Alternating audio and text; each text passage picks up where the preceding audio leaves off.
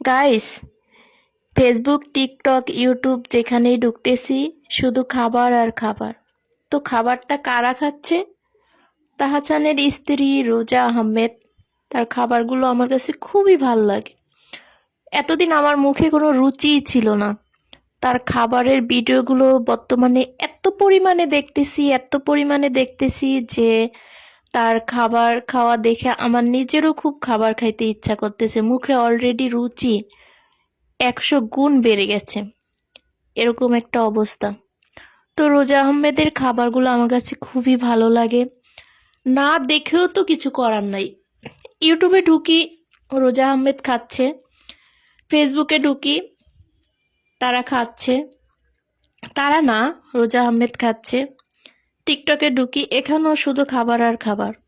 তো একটা না খাবারের মানুষও মানে কোনো রুচি নেই তার মুখে, সেই মানুষটাও যদি এত খাবার খেতে দেখে তখন তার মুখে অলরেডি রুচি এমনিতেই এসে পড়বে।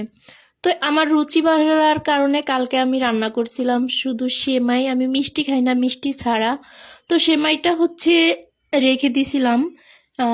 সেমাই আবার ঠান্ডা হলে খেতে খুব ভালো লাগে। আর কষানো মাংস, এটা তো আমার খুবই ফেভারিট একটা খাবার।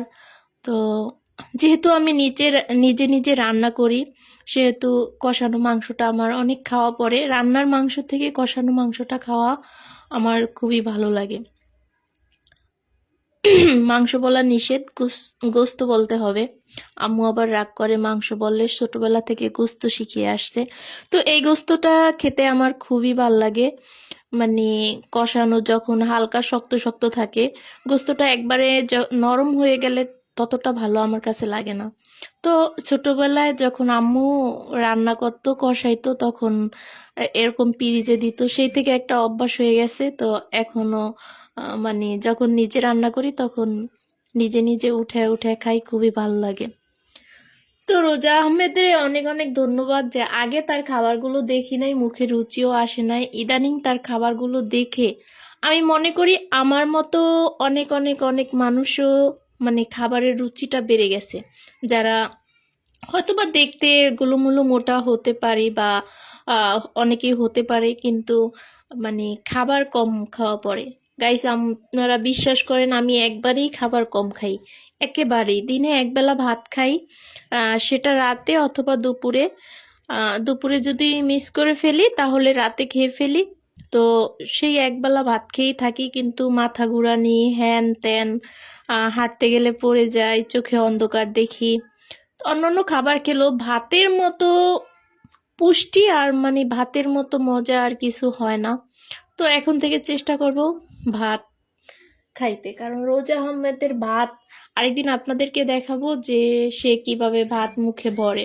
তার মুখে মানে ভাতটা মুখে ভরার স্টাইলটা অন্যরকম। এভাবে নিয়ে তারপরে আঙ্গুল দিয়ে ঠেলে ঠেলে মুখে ভরে দেয়, মনে হচ্ছে যে ভাত মুখে যেতে চাচ্ছে না। আসলে তাকে দেখে অনেক কিছু শিখার আছে। আর কি বলবো, সে একজন গুণী ব্যক্তি, খুবই ভালো লাগলো তার খাবার দেখে। বর্তমানে অন্য কিছু দেখেও ইনশাল্লাহ তার থেকে অনেক কিছু শিখবো। তার মেকআপ দেখেও আমি মেকআপ করার প্রতি অনেক আগ্রহ হয়ে পড়ছি, কেননা জীবনে কখনো আমি মেকআপ করি নাই আর মেকআপ করতে পারিও না। ইনশাল্লাহ এখন থেকে তার ভিডিওগুলো দেখতে না চাইলেও সামনে যেহেতু আসতেছে, সেহেতু দেখে দেখে অভ্যস্ত হব এবং কি তার থেকে অনেক কিছু শিখবো। তো চেটেপুটে খাওয়া শেষ, আমার রান্না খুবই মজা, খুবই মজা, ইয়ামি। তো আল্লাহ হাফেজ, বাই বাই। দেখেন খাবারটা একেবারেই শেষ করে দিলাম। পেট শান্তি তো দুনিয়া শান্তি, আলহামদুলিল্লাহ, মন ভরে খেলাম। Tata, bye bye.